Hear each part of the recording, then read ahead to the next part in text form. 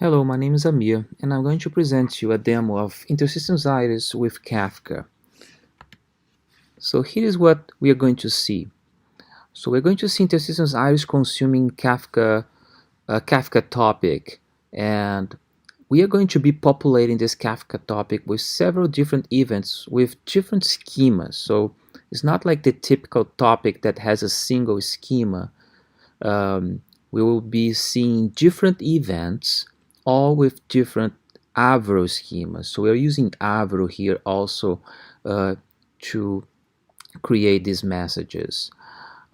We have created as a bank simulator. It's not a real thing, but it is capable of simulating uh, the creation of new customers in the bank and the opening of their checking accounts, the updates to their demographics, transactions like transfers, loan contracts when a customer asks the bank a loan, and payments to these loans that happens every month.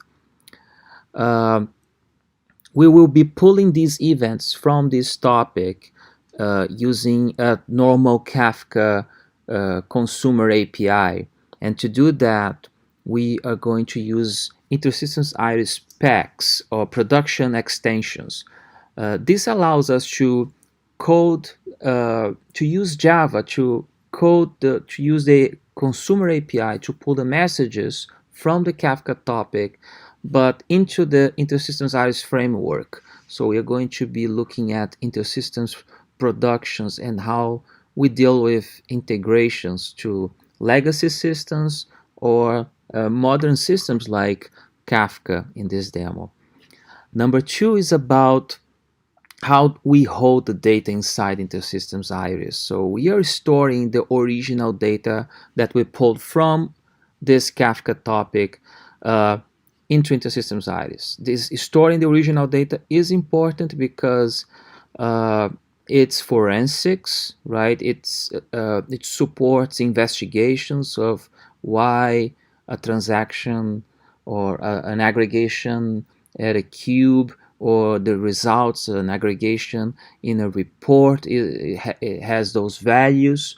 So if we do the tracing, if we follow the data, uh, we will be able to explain why we're seeing what we are seeing on these dashboards. That's also known as data lineage. When you go from the aggregation and you look at the data and then you realize that the data was transformed and what was the original data, we will be able to give you this explanation. So in summary, we are storing the data, the original data we pulled from Kafka as evidence to support this. And where we are storing this? On tables. InterSystems IRIS is capable of holding these tables, and they can be sharded, they can be as big as you need them. In this case, we're not using sharding because I will be presenting this demo on my PC. You will see that you'll be able to do the same to run this demo on your PC as well. But the data will be stored on these tables, and these tables will be created automatically based on the schema that is on the schema registry, on the Kafka schema registry. So we'll be pulling the schemas from the schema registry and using that to create the tables. So that's what we're going to see. And we're going to have a look at those models and how we can use SQL to query the data, and how we define these tables using classes, because InterSystems IRIS is a multi-model database. So I'm going to give you the chance to look at these classes and run some queries. So finally, we need to transform. So the original data, they are just events. We need to compact these messages, these events, or collapse them into a canonical model, into a database model that is good for querying and for reporting. So we're going to show how we do that, and sometimes we need to join data from other tables, like I'm getting this loan contract. This belongs to a customer, and I need to link to the checking account where the money goes. So we are going to show how we do that. This is also known as enriching the event with additional events. And finally, we are going to show how we can apply a lookup or transform a field in the message to something else following a lookup table, a transformation that maps a code to another code or to a description, for instance, or make sure we are using the standard reference table for some domain, like United States states, but it could also be a reference table for legal entities, a reference table for bank products, and so on.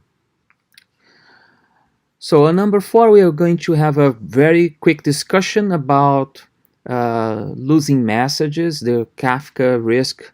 Kafka, if not used properly, you have the risk of losing messages or getting duplicated messages. And we are solving this problem here we are taking care of this problem here on InterSystems IRIS.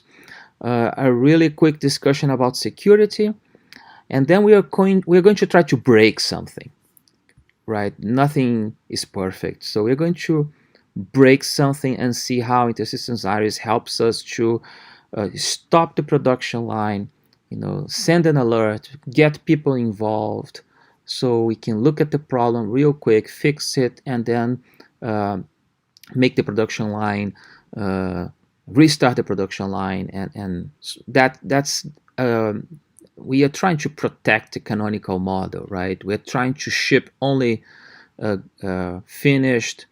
properly finished data. So we are making sure no defects arrive at the canonical model. And finally, we are going to explore the data on the canonical model. We are going to make some queries, access the data using REST services, and even a BI, business intelligence cube. So let's get started. So this demo is on GitHub. You can deploy it yourself on your PC. You just need to clone that repo, go to that folder, and run Docker Compose up. I'm using Docker because there are several moving parts here, like the Kafka broker, InterSystems IRIS. So we are starting all these services on your PC. So when we start the service, we'll be able to open this URL that you see here, and we'll be seeing this. And this explains the entire demo. So here we have the bank simulator that is simulating a checking account, core banking system, and we will just hit a button here that will start this simulation, and we will start receiving messages. Well, the simulator will start sending these messages to the Kafka broker right here, and we will be pulling those messages using a connector into Iris, and we're going to store those messages here, those events here, as the original data. We're going to be using the schema registry to pull the schemas and generate those tables. That happens before, okay, and before the events arrive. And then we are going to start sending these events to a process that will normalize this into the canonical model, applying transformations and the reference data. If something goes wrong, we are going to send an alert to someone, to a group of people, and they will be able to look at their inbox and see a workflow ticket waiting for them, right? And then we're going to explore the data here using SQL, cubes in business intelligence, and REST. Other options are also Spark, like if you want to build a machine learning model on this data, integrated ML. It's a feature of IRIS that automates most of the work on creating and running a machine learning model on your SQL data. or you can even push the result of this canonical model out to another Kafka topic, right? But we're just going to be showing these three points here. So let's start with the simulator and sending some messages. Okay, so let's go to the demo. So here I am on my terminal, and I don't have the demo started just yet. I waited. I will just say here docker compose up, and this is going to start the demo. That's what you would do on your PC if you wanted to run this demo. While this is starting, we can take a look at that folder here. I have Visual Studio Code opened, and as you can see, this is a Docker Compose file I'm using, and we have Iris here as a container. We have this node here and this for the simulator, the bank simulator. This one here is also belongs to the bank simulator. And then we have Zookeeper, which is a requirement for the Kafka broker. The Kafka broker is here, the schema registry, right? So all these services are being started together right now as we speak. So the entire source code is also here. You can see how we built it. One of the things that I did, here is the InterSystems IRIS image, right? And this is the PEX adapter here that InterSystems IRIS is going to be using to pull messages out of Kafka. So it is a Maven project, and this is the source code. So I have to create a Java class that inherits from this InterSystems class inbound adapter. And if you're familiarized with Kafka, you're going to notice that I'm creating a typical consumer, Kafka consumer here with some configurations. I'm subscribing to a topic, and then on this onTask method here that is called by Iris over and over again, we're just pulling that topic, pulling a batch of records, and then pushing those records into InterSystems IRIS. Okay, so let's see how that is. Okay, looks like it's done starting, right? So I'm going to open Firefox, and I'm going to refresh this URL here, and this is the landing page of the demo. The password is on GitHub, so I'm going to type it here, and that is the land page we were discussing in the presentation. About GitHub, again, this is where the demo is. It's on GitHub. Most of the things we are discussing here is very well documented there. How to run the demo, the git clone command, the Docker Compose up, screenshots, everything that we're going to see right now is very well documented there for you. And I will be coming back here to copy and paste some of these queries, for instance, so I will leave this open. And here we can click on this button, open all windows, and it is going to, this is the same password here, and it's going to be opening up all these tabs that maybe I should just, I think that got in the way. Oh, there you go. I'll just close them because I want all of them open, and I had to type that password again. So open all windows. So let's just wait as these tabs are open, because we're going to be showing real quick all these pages. So there you go. We are almost done. Yeah. So first of all, this is the cluster we have, And if you look here at the consumers, I already have Iris as a consumer here, and it is subscribed to this core banking system events topic on the Kafka broker, and no messages have been ever sent to this broker. It's empty. Okay. On the next window, I have the simulator, and I'll just click here on run, and it's going to start sending messages. So it's not too fast. It's about 1,500-600 messages per second, but that's okay because we are going to leave this running. It's a simulation, okay? But if we go back to the control center here now, you can see that we have messages, and the current offset is Iris. Iris is always catching up. Sometimes it lags behind, and sometimes it just catches up. It's almost synchronized. Iris is consuming all the messages that we are publishing into Kafka. So here is the production. So this is where we configure all these things. For instance, this is the service that is pulling messages out of Kafka, so we have to configure the broker here.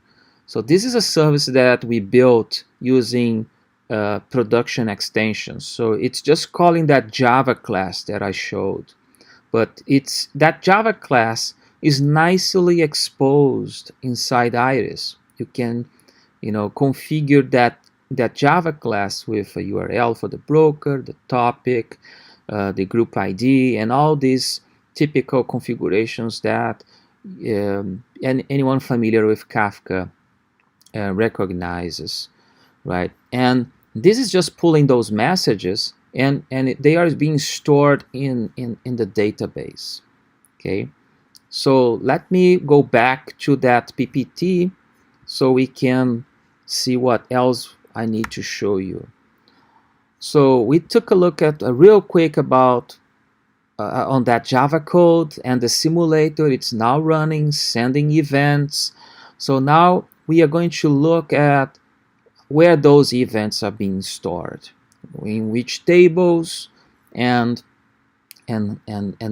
access that using SQL. So let's take a look at some of these events first. So here's a simulator, and it's sending those messages to the Kafka broker, and InterSystems IRIS is using that Java class to pull the messages and store on tables. And the events are these. So new customer, when new customer is created on the bank, the customer changed its address or phone number, so we have a demographics AVRO event. A loan contract, the customer ask the bank for a loan, and transfer money among customers, but also when you get a loan, you get money from the bank, and this is also a transfer. So these are the 4 types of events that we are getting from that simulator. And you will see that we will have tables that will have the same name inside InterSystems AVRO, InterSystems IRIS. This is an example of an AVRO schema. Okay, in this case, for the new customer AVRO event. So here is the namespace, and here is the name of the event, new customer AVRO event, and we have, for instance, what's the name of the customer, its account number,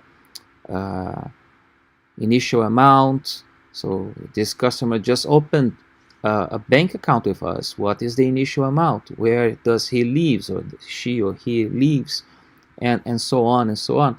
And here is an example of not an AVRO message, because this is JSON, not AVRO, but it's a JSON representation of an AVRO message, so that you can just see what we're talking about. It's random data, but the customers are The simulator takes care of really creating customers and simulating transactions among these customers. So we'll be able to look at data that is meaningful. All right, let's look at this. So again, this is pulling messages from Kafka. This is the schema registry service. This is the service that is talking to the schema registry and making sure we have inside IRIS all the tables needed to hold messages, to hold the data coming from Kafka. So we coded this service using InterSystems IRIS, calling the schema registry using REST. Okay, so it's really really easy. So what I want to do is show you the tables. So here you can see the first one. This is for demographics AVRO event. I can execute a query here, and there you go. You can see that those messages are done processing. I have the customer ID here, the event ID, its name, city. You see how we are making the city here, like the address underscore city, address underscore phone. This is something interesting about our multi-model capabilities. If you look at the schema, address is it's an object, and it has 3 fields: state, city, and phone. So here, when we're looking at this as a table, we see address underscore city, address underscore phone, address underscore state. If you look at this using the Visual Studio Code and you look at the code that is generated inside IRIS, core banking, demographics, AVRO event, you're going to see this. This is a class. And you're going to see that we have a customer ID, the event date, event ID, the name, and the address. The address is here, and it is an object. And if I jump there, I'm sorry, there you go. I have city, phone, and state. So we have classes that represent this data inside InterSystems IRIS. But when you're looking at this using SQL, that is how you see it. If you're going also to notice that the demographics AVRO event inherits from an all objects class, and so we have inheritance here, and that is something that's very cool. So let's look at another one just to. So this is a loan contract AVRO event. So again, it talks about a customer, but it has now a contract ID, the amount that I am lending as a bank, right, to which customer. As you can see, we have these other columns here that are control columns. So when did I get this message? Is it processed? Is it pushed into the canonical model already or not? Did I have a problem with that? What is the session? We're going to see what that means shortly. But here is the all objects table. So the all objects table, it's like you have to think about inheritance here. So if you have a parent class and those 4 events are children of this parent class, you're looking at all rows from all these 4 tables when you're looking at this table here. So this is very, very cool, right? If I some of these rows new customers, some of these rows are loan contracts, and so on and so on, and we have a way to differentiate this, but we can use polymorphism at the database level, and we're doing that here, but this is another discussion. Another way of fetching the data is using REST. So Now this is the schema registry. Let me just see which window I'm going to use here now. There. So this is a REST call that failed because I need to refresh it. So I'm just asking for that same event, core banking, com, InterSystems, new custom AVRO events, and I'm asking for event number 2. And there you go. So if you have an application that needs to fetch the data using REST, it's that easy. You can really write these REST services directly in Iris, and we can scale this horizontally for you. Those are data-driven services that are delivering data. In this case, it's original data that was coming from Kafka, but it will soon come back here and show that we can do the same for the canonical model. Okay, so let's go back to the PPT and see what's next. So what's next is that how are we transforming these original data into the canonical model, right? So let's just jump right in and look at that. So the simulator is there, running, pumping messages in. So here we are pulling the messages from Kafka, but this service right here is pulling those messages from inside Iris, the original events that we have stored already, and pushing those original events to this process that is right here. And this is a process that is orchestrating this work of transforming, taking the original event and applying it to the canonical model, and applying transformations and lookups and making sure everything works okay. If it doesn't, it will send an alert to someone and will create a workflow ticket to an application specialist, to a data steward, to look at the problem. It will stop the processing of events, so the data steward can look at this and fix the problem. We are going to look at this later. This process is right here. So we will try to normalize the data. If there is a problem, this is the workflow that will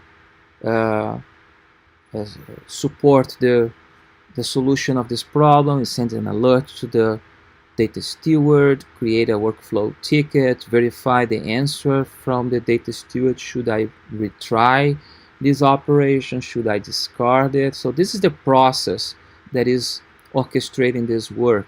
And this process is using a transformation like this. This is a transfer, right? This is one of our most complex events. And here in the left, we have the original AVRO event. And in the right, you have the canonical object for that. So if you click here, for instance, you can see that the amount of the transfer is coming from the amount field. You can see that the movement date is coming from the event date, the transfer ID, and here is the other account that we are either sending money to or receiving money from.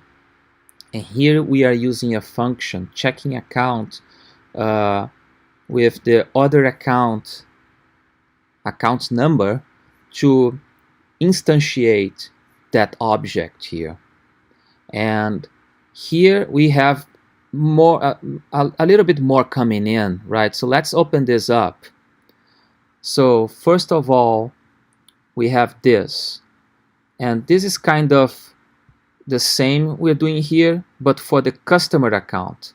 So this time we are instantiating the object of the customer account, and here we are just applying the amounts. What does that mean? We are adding the amount to the customer balance.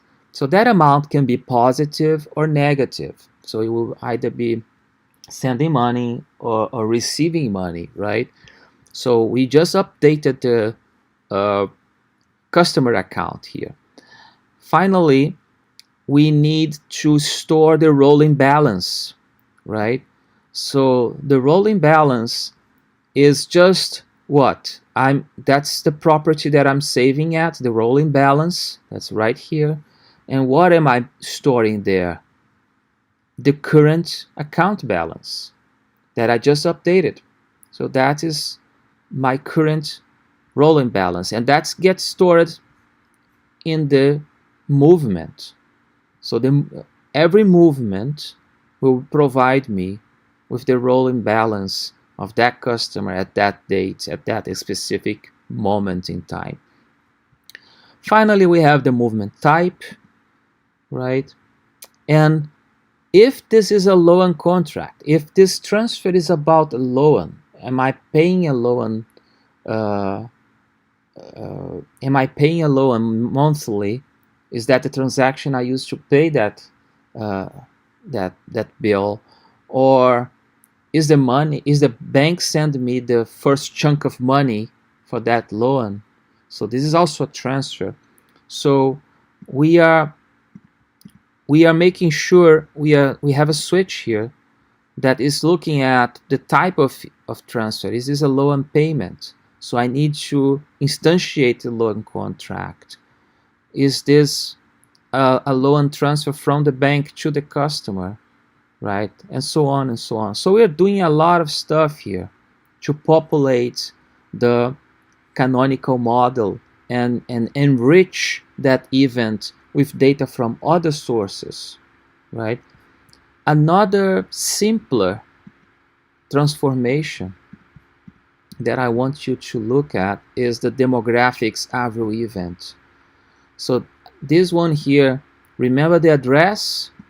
It has these three fields, and here we have the 3 fields mapped: the state, the city, and the phone number. The phone number is not in the address in the canonical model, is outside the address. Makes sense, right? But look at the state. State is, we are just copying the state code to a state property here, and we are using the state property again, but this time we are applying a lookup. So if you click here, you're going to see several functions that you can apply, and you can create custom functions yourself. In this case, it's a lookup table, and you can pick a lookup table. I have just one here that translates states, United States codes to descriptions, and I'm saying what is the value from the original event that I want to use on that lookup. And this lookup is just right here. So here is the original code, and here is the description. So we are making sure that our canonical model is using the proper reference tables. Again, those could be legal entities, those could be product, standard products, bank products, United States, and so on. Okay, so that is the process and the transformation. And this process has been working a lot. Let me see if I'm not... yeah, we talked about all of that. So let's see what's happening, right? Here is the message viewer. So these are messages that are flowing, flowing into Iris, and this represents work we are doing. If I click here and click on search, you see that I am always getting new messages.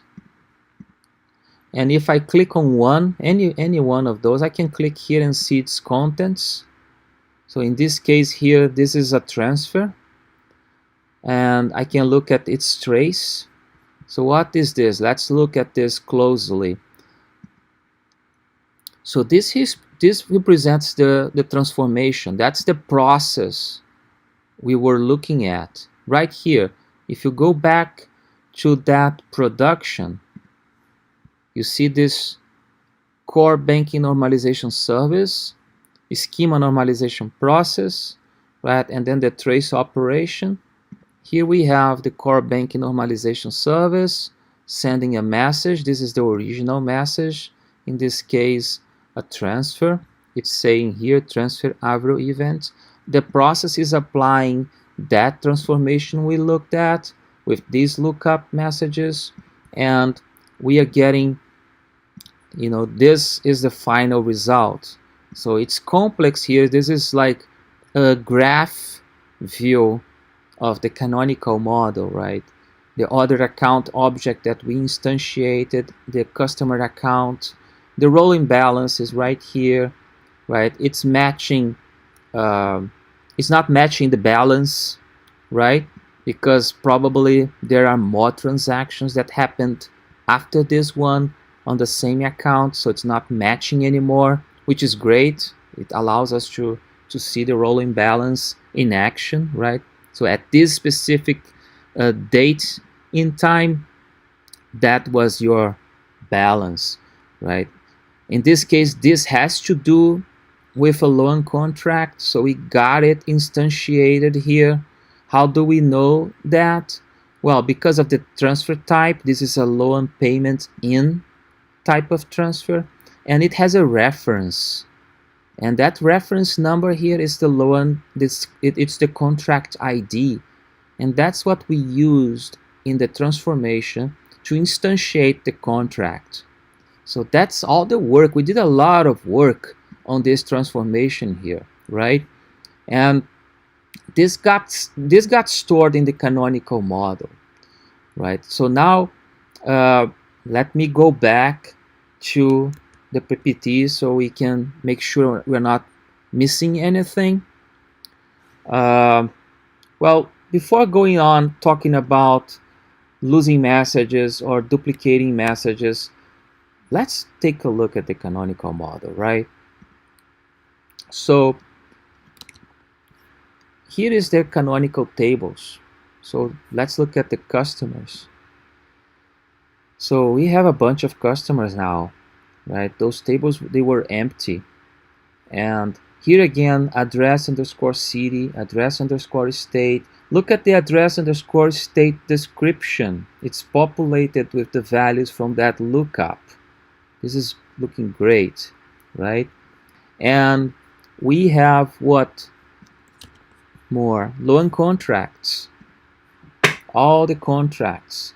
And that's the loan amount right there.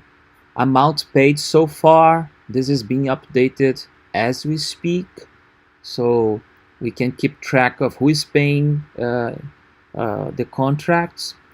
What else do we have here? The movements, right? So these are the movements. So I have some queries that we can run, but I will refrain from running them right now. I'll leave this to the end. Now let's go back to the PPT and talk about losing messages. So Kafka allows you to, it comes by default committing the messages asynchronously. As you are pulling messages out of Kafka, it automatically commits this to the broker. So the broker knows in which message you got last. But sometimes things may not work so well, right? Your software may crash, a transaction may not work, you may have a problem, and then you want to restart your process and pull your messages from Kafka. But if Kafka was committing those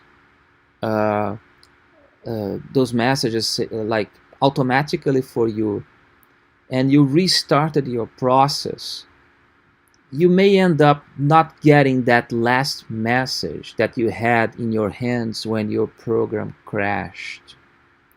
So we turn that off. We turn this auto commit off, and we are committing to Kafka when we are ready, when we know that. I can show this really quickly here to you guys. This is the Java code. So here is the commit sync. So we are synchronously committing after we pushed all the messages here into Iris. Okay, so this block here is when we are taking each message from that batch of records we pulled from Kafka, and after we are done pushing all these messages into InterSystems IRIS, we do a synchronous commit. So that solves the problem of losing messages, but it creates a different problem, right? Now we may get some duplicated messages. So we have solved for that as well. As we are pushing messages into Iris, we are also telling Iris what is the partition we are reading from, what's the offset, and then where the data has to be saved inside InterSystems IRIS, and the data, right? And we are pushing all of this into InterSystems IRIS. So if InterSystems IRIS realize that we got that offset already, we just skip it. Okay, so we are not reprocessing those events. We have those already. We just skip it, and it's that simple. Okay, so we have this taken care here. So what about security? We are storing all this data inside InterSystems IRIS. So InterSystems IRIS needs to be safe, and we have all that is required, you know, role-based authentication, the tables there that you saw, all the typical SQL stuff, you know, like role-based authentication, column level security, row level security. We can integrate to your LDAP, your Active Directory, or your Kerberos for authentication and authorization, or else too as well for your REST services. We can encrypt the data inside IRIS using advanced encryption systems with a strong symmetric key. We encrypt everything: tables, indices, log files, the journals, we call them journals, everything. We can encrypt the data in transit. For instance, we can replicate your data to another node for high availability, and this conversation between the two nodes is protected by encryption. So everything is protected. Again, this replication provides high availability. We can also replicate your data to another data center for disaster recovery, and we can also protect your REST APIs because InterSystems IRIS comes with an API manager, so you can apply security, throttling, metering, all these concepts of an API manager. Okay, so let's break something, right? Let's break something. This is all working so well. Let's break it.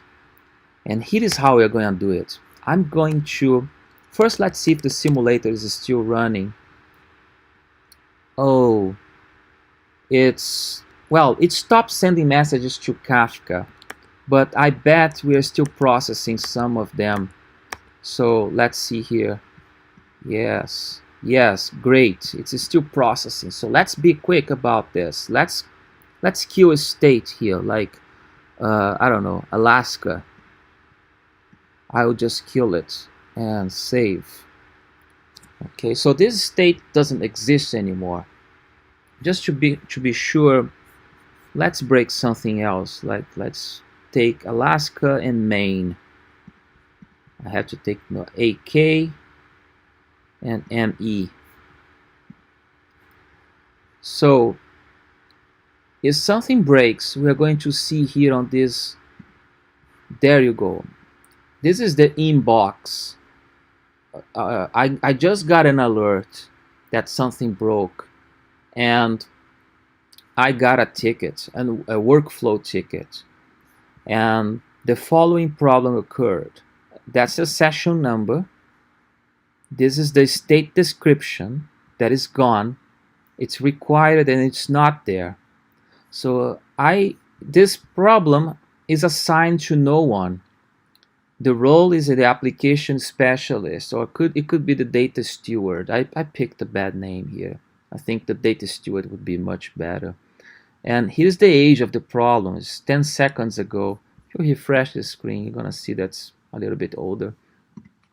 So I will just accept this, and I can retry the process or discard that message. Maybe it's so broken, that message. It's something that I can't fix, and it makes sense discard it. The options that appear here are dictated by this process. Okay, so this is a demo, so it's very simple. This part here of the UI could be a form with all the fields of the messages, all the details you need to make a decision. But with this session ID here, we can do magic. We can come here to the message trace, and we can find any message here with a lot of criterias, and by its content, by the account number of the customer, by a date, by the contract ID. In this case, we have the session ID, so it's very straightforward. I just paste this here and I search, and this is the trace of that problem, and I can click and see that trace is now different from that one we looked previously. So this is the state here, Alaska, right, AK, and I got now this diamond here that is telling me some details about the object that I was trying to build, a trace saying that I got a normalization problem. This is the process generating the alert. That is the alert being sent. This could be sent by email, a text message, anything you need. Maybe it's calling to your ticketing system. And here is the workflow, that ticket that is waiting here for a response. So now I know what the problem is, and I'm a very smart data steward. I just realized I need to add, I'm sorry, wrong button, AK back here, right, Alaska.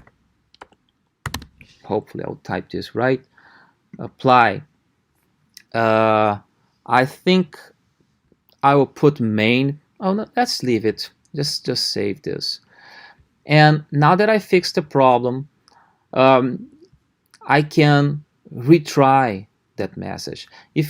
I will just reset this search here because I want to show something else. Remember previously when I was clicking here and clicking on search, and I will have to click here again and again because there were many messages coming in. Now this is stopped. So the processing has stopped, because this is following, we don't want to keep pushing trash into the canonical model. We want only clean data there. So it is stopped, and it's much better this way.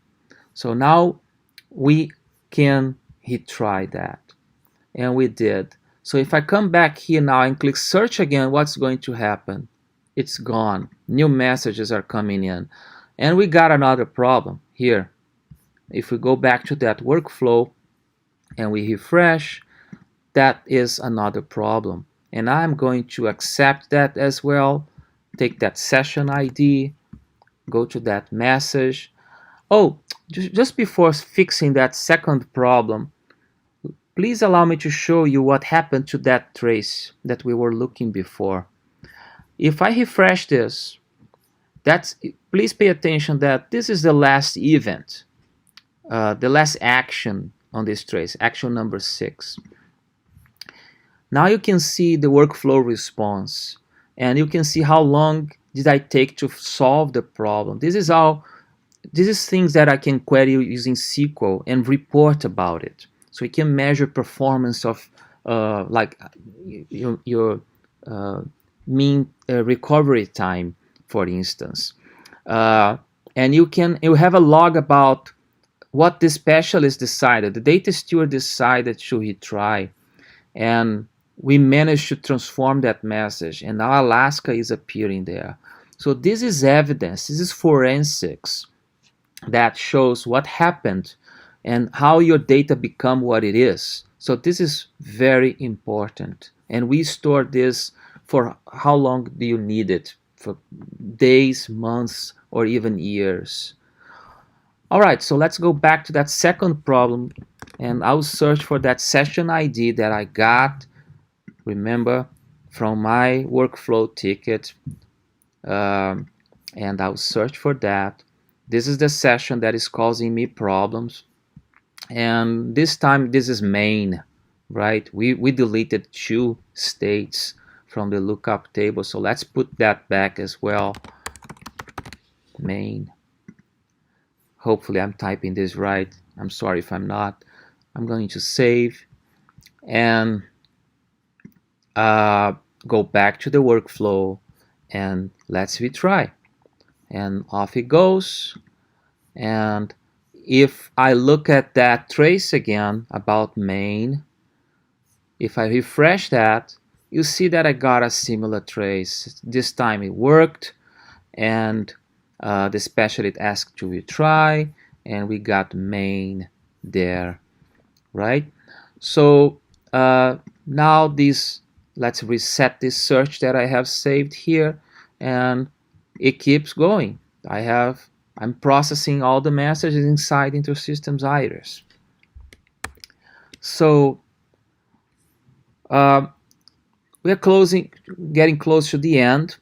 Now let's just take a final look at the canonical model, okay?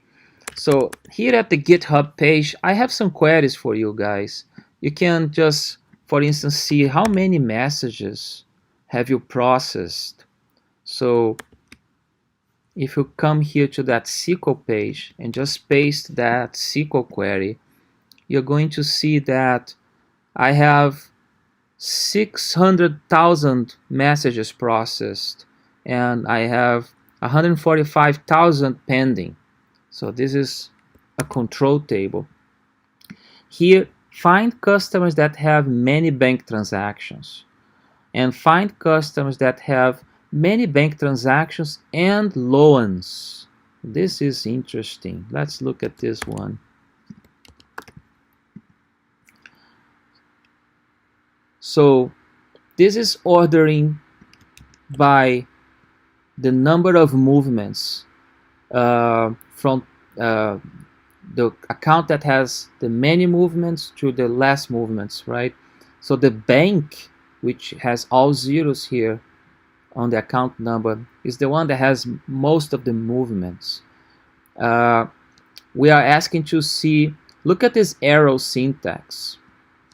So this is a SQL extension to InterSystems IRIS.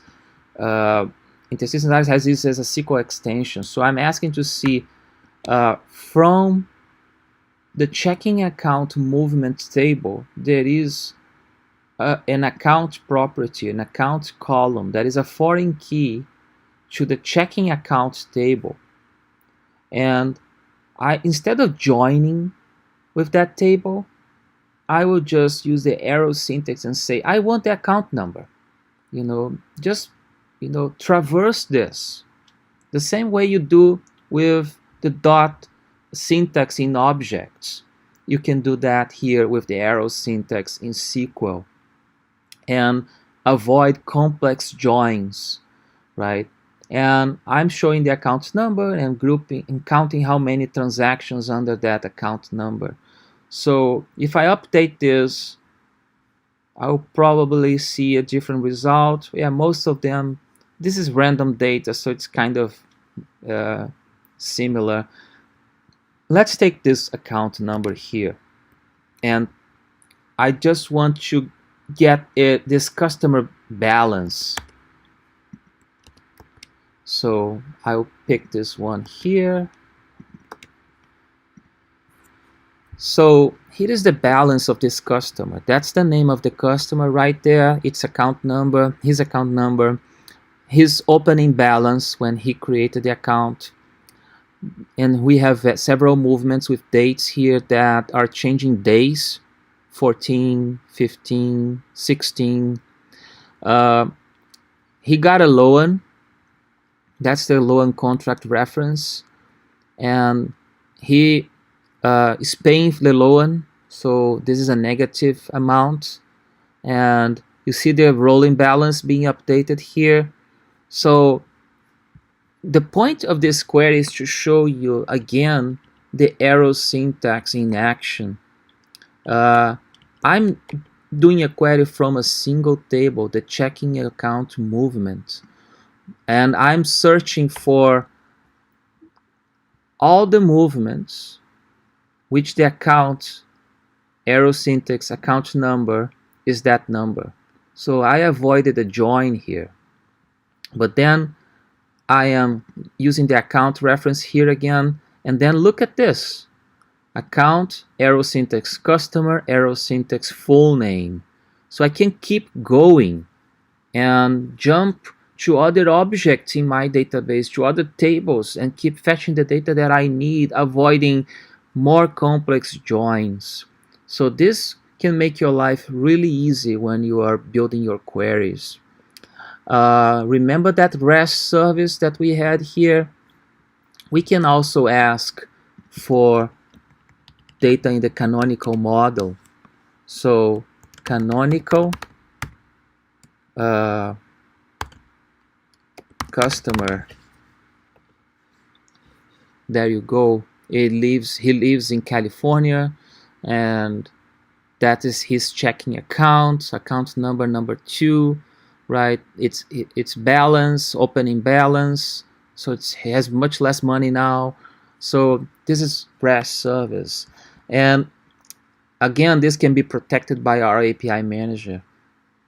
The last thing that I want to show you guys is that you can use InterSystems IRIS. This is our management portal. You can use InterSystems IRIS to really build cubes. And I have one built here for you already, a loan. And here at the left, we have the loan contract table. Here again, the arrow syntax is helping us to navigate on the data structure without having to do complex joins. We are interested into the amount paid so far for that loan, so we dragged that from here to there, and the loan amount, I dragged it there too, and the contract date, I dragged it here as a dimension. If it's paid out or not, so this is an expression. If the amount paid is equal to the loan amount, it's paid. It's just a demo, right? And I'm translating that to paid out or active. I have a detail listing that you're going to see what that means, and I will build this cube right now. So I will build everything. I'm just loading the cube with data. So we have about 50,000 loan contracts here on our small simulation. So I will just run analyzer now, and here we have our 50,000 contracts, and I could ask to see only, the contracts, what is the split, right? So I have 50,000 contracts that are active, 3,000 contracts that are paid out, right? And I could keep going, and okay, I want to see this by month, right? And maybe I want to know who paid these 3 contracts here. I can look at this and go to the data. So now I am seeing what is that aggregation made of. This is the real table, the original loan contract table, and we can jump from the cube, from the aggregation, to the relational data. And then we can keep going and reach the original data and do the complete data lineage if necessary. You can look at this real quick with graphics here if you can, but this is a pivot table that you can save and just drop into a nice dashboard. So this comes out of the box with InterSystems IRIS and is being kept current with your transactional data in real time, which is something that we do out of the box as well. You can also use Tableau, you can also use Power BI and many other tools to query IRIS using SQL or MDX. Alright, so that's it. This is the end of our demo. I know it's a lot. If you have any questions, just drop me an email. Everything is on GitHub. Thank you very much.